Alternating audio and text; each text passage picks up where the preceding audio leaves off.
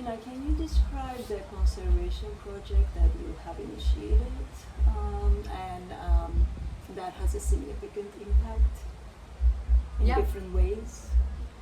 One of my most, I think, important projects that I developed, almost not knowing how to start, was when I arrived to Baja California with a lot of knowledge already from what was happening in Costa Rica, and wanting to take a different approach towards shark conservation, meaning instead of being that on a political way or like from a commercial fishery standpoint, being more involved with communities, getting in as an insider there, like understanding the nature of why they were doing what they were doing.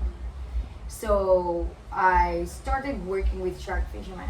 First of all, because I wanted to learn better the seasons of the ocean, and they know more than anybody else, more than researchers and than the best academics out there. Second, I wanted to understand which species they were fishing and when. Third, I connected to different laboratories because I wanted to prove and have like this justification that shark meat was not healthy, because Mexico was not only exporting shark fins but also consuming shark meat. So I thought that maybe analyzing better the quality of the meat of a shark, we could convince humans to stop eating shark because it's not healthy for us. So maybe that justification that it's about our health more than theirs will be able to do something about what is happening, which is overfishing of many different species of sharks, which a lot are endangered. So I started working with shark fishermen, going fishing sharks to take samples and to understand where, how, when, the seasons, where they were selling this shark meat, where were the fins going, to be exported.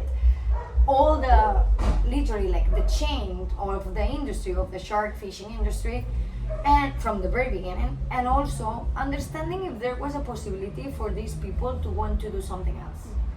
So because I was working in one location at the same time of doing this project in Baja, where there was a lot of tourism and there was people that wanted to swim with sharks.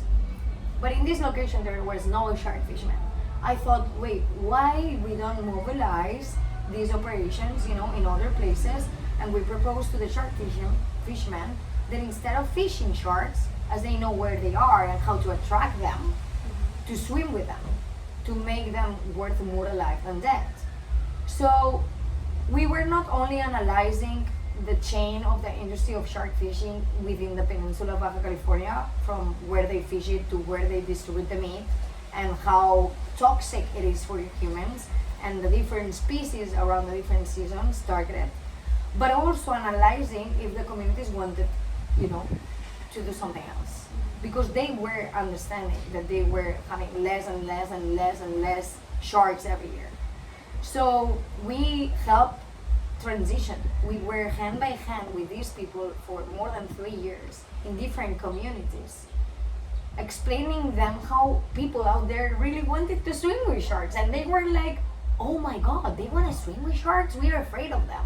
And then I would be like, no, look, let's go fishing, and when you will find the place with sharks, I will be in the water and I will show you how we can swim with sharks and be safe, because there's conditions where you can really swim with sharks and they are not gonna kill you. We are not part of their diet. So of course there's specific conditions and ways to do it because they are predators, so we cannot forget about it. But so the project was super successful.